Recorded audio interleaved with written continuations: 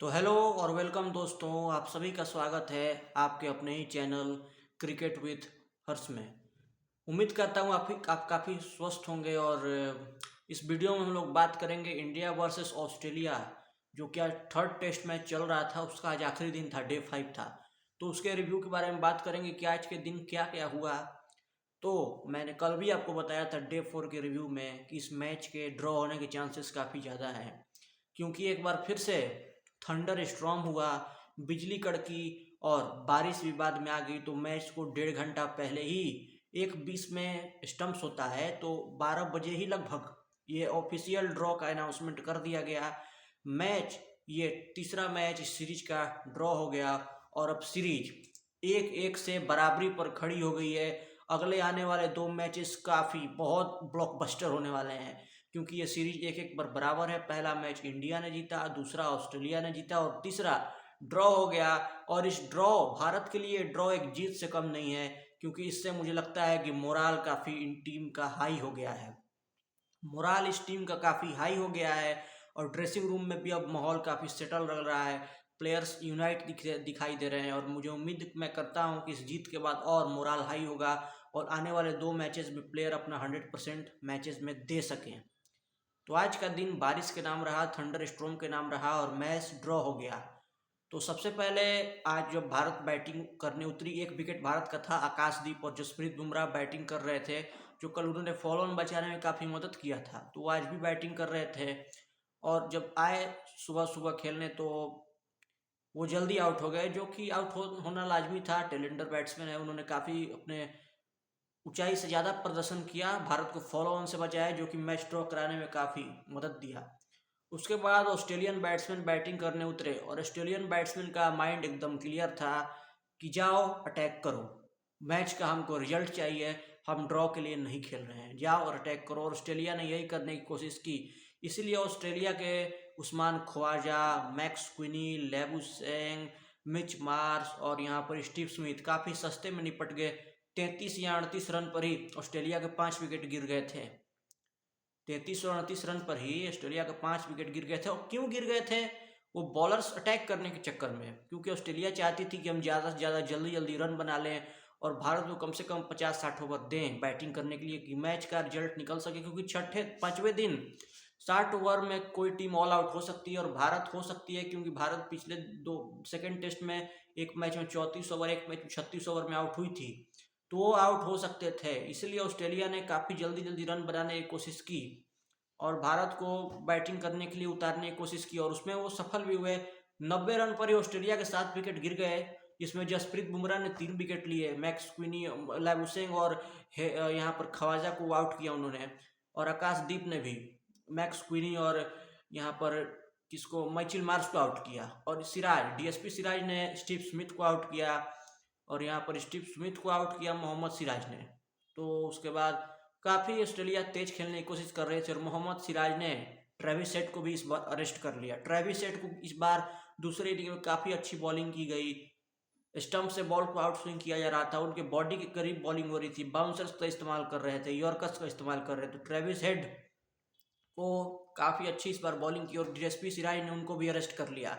उसके बाद PAT Cummins आए, जो कि काफ़ी एग्रेसिव खेल रहे थे, ऑस्ट्रेलियन के कप्तान हैं, तो पैट कमिंस काफ़ी एग्रेसिव खेल रहे थे और उन्होंने काफ़ी 20-30 रन 25 रन काफ़ी तेज बनाए। और उसके बाद जब उनका 7वां विकेट गिरा 89 पर, उसके बाद उन्होंने डिक्लेयर दे दिया और करीब 55 ओवर थे और भारत को 275 का टारगेट दे दिया था। ये चेस भी हो सकता था, इसमें कोई हैरानी नहीं होती कि भारत ये चेस करने के लिए जाता, क्योंकि इसको वनडे स्टाइल में खेलते तो चेस हो सकता था और ये ग्रेटेस्ट चेस के गिनती में आ जाता, ग्रेटेस्ट चेस के चेसेस के लिस्ट में आ सकता था ये चेस। लेकिन रेन ने, जो बारिश थी, सारे किए पर पानी फेर दिया। रेन स्पॉइल्ड हिस्टोरिक चेस, आप ये कह सकते हैं कि rain spoiled historic chase. Rain ने सारी उम्मीदों को बर्बाद कर दिया, लेकिन ये ड्रॉ भी कम से कम जीत से कम नहीं है भारत के लिए। और दूसरी इनिंग में भारतीय बॉलर्स ने कमाल का एप्लीकेशन दिखाया, captaincy master class from Rohit Sharma in terms of field settings, in terms of changing the bowlers, captaincy master class from Rohit Sharma also.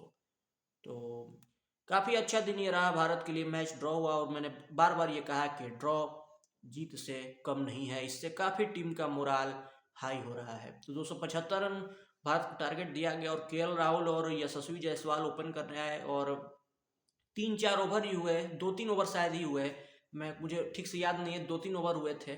8 पर 0 था भारत। उसी समय बैड लाइट के चलते, उत्तम रोशनी नहीं थी, उसके चलते मैच को रुकना पड़ा। टी ब्रेक वहाँ लिया गया। उसके बाद हैवी रेन, जिसका प्रेडिक्शन था, हैवी रेन आ गया और मैच को 12 बजे ही स्टम्प्स कर दिया गया और ये मैच ड्रॉ हो गया।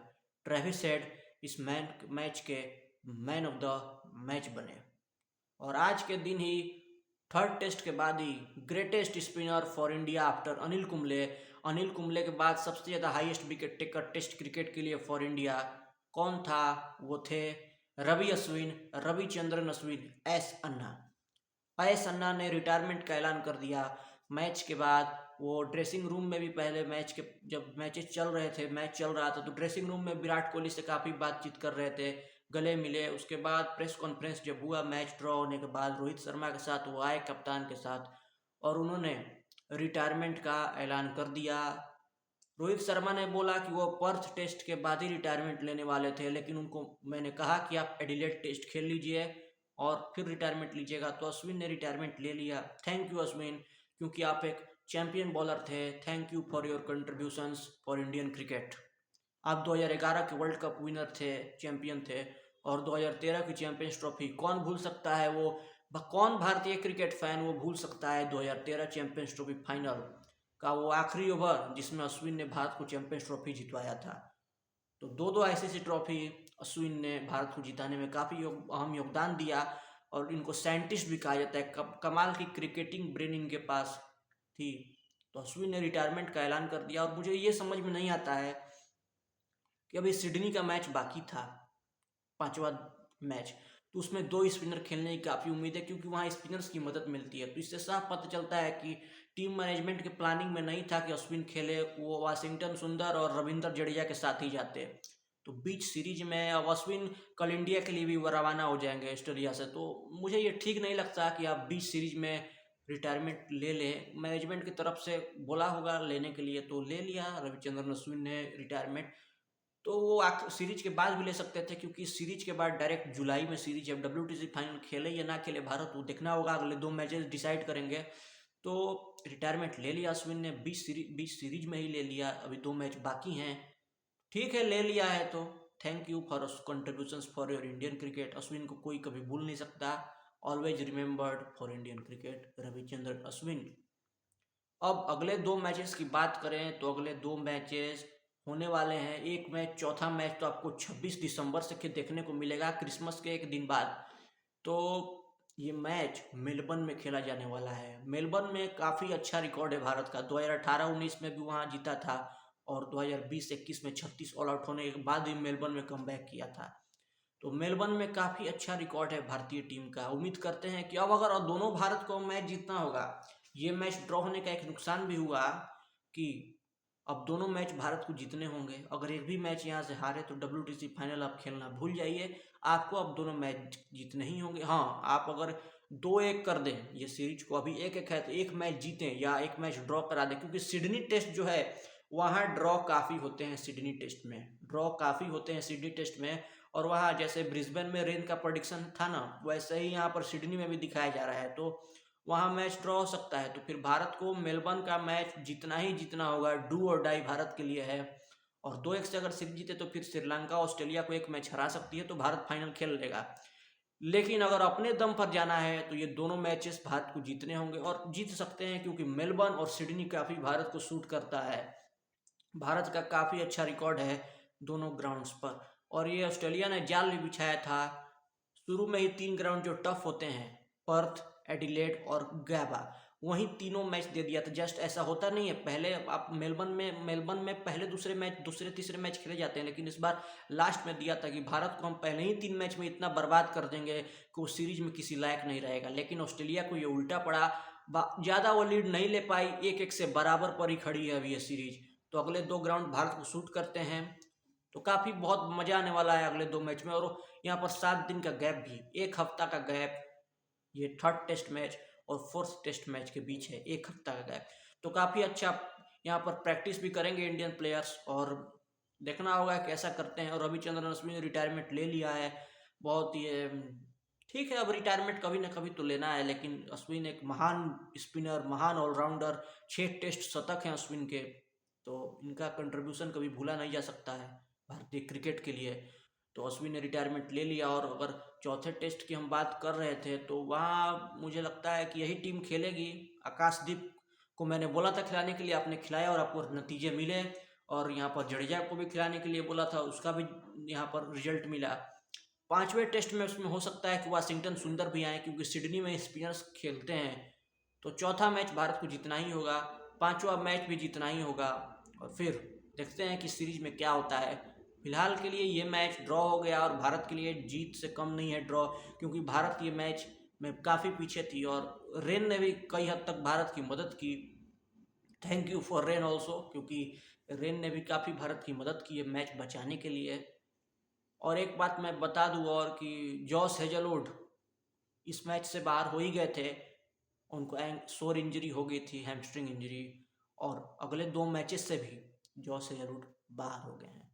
लेकिन ये खुशी की बात नहीं है, ये बैड न्यूज एक तरह की आप समझ लीजिए, क्योंकि जो बॉलर जॉस हेजलवुड की जगह आ रहा है, स्कॉट बोलैंड, पता ही होगा उसने भारत को कितने दर्द दिए हैं पिछले मैच में ही, एडिलेड टेस्ट में, 2nd टेस्ट में ही, WTC फाइनल में भी, क्योंकि वो ऐसा बॉलर है, एक लाइन एक चैनल पकड़ लेता है और वहीं बॉलिंग करता है, जो कि काफ़ी डेंजरस हो जाता है, अपना लाइन लेंथ नहीं खोता है। और 2nd टेस्ट मैच में भी इन्होंने बहुत तंग किया था। तो भारत को अगर 7 दिन मिले हैं बीच में रेस्ट करने के लिए, गैप मिला है जो, उसमें भारत को इनके खिलाफ रणनीति बनानी होगी, क्योंकि ये बहुत डेंजरस हमेशा से भारत के लिए साबित होते हैं। तो भारत इनके खिलाफ रणनीति बनाए, और भारत अगले 2 मैचेस जीतें, और कप्तान रोहित शर्मा रन बनाए बैट से। अब अश्विन ने रिटायरमेंट ले लिया है, और ये खबर आई थी कि 4 प्लेयर हैं, रविंद्र जडेजा, विराट कोहली, रविचंद्रन अश्विन और रोहित शर्मा, इस सीरीज के बाद 2 ऐसे प्लेयर हैं जो रिटायरमेंट लेंगे। तो एक ने ले लिया है, रविचंद्रन अश्विन ने, अब तीनों में से कौन लेगा ये देखने की बात होगी। लेकिन मैं चाहता हूँ कि जब रिटायरमेंट लें तो एक अच्छे नोट पर रिटायरमेंट ले, ये सीरीज जीत के, WTC फाइनल खेल के जीत के तब रिटायरमेंट लें, अभी रिटायरमेंट ना लें, अच्छे नोट पर रिटायरमेंट लें। तो देखते हैं अगले 2 मैचेस में क्या होता है। चौथा मैच में काफ़ी गैप है, 26 दिसंबर से मैच खेले जाने वाला है, तो देखते हैं अब क्या होता है। तो आज की वीडियो के लिए बस इतना ही। वीडियो अच्छा लगा हो तो लाइक कीजिएगा, चैनल पर नए हैं तो सब्सक्राइब कीजिएगा। मिलते हैं कल एक नए कंटेंट के साथ, तब तक के लिए धन्यवाद। सी यू इन नेक्स्ट वीडियो।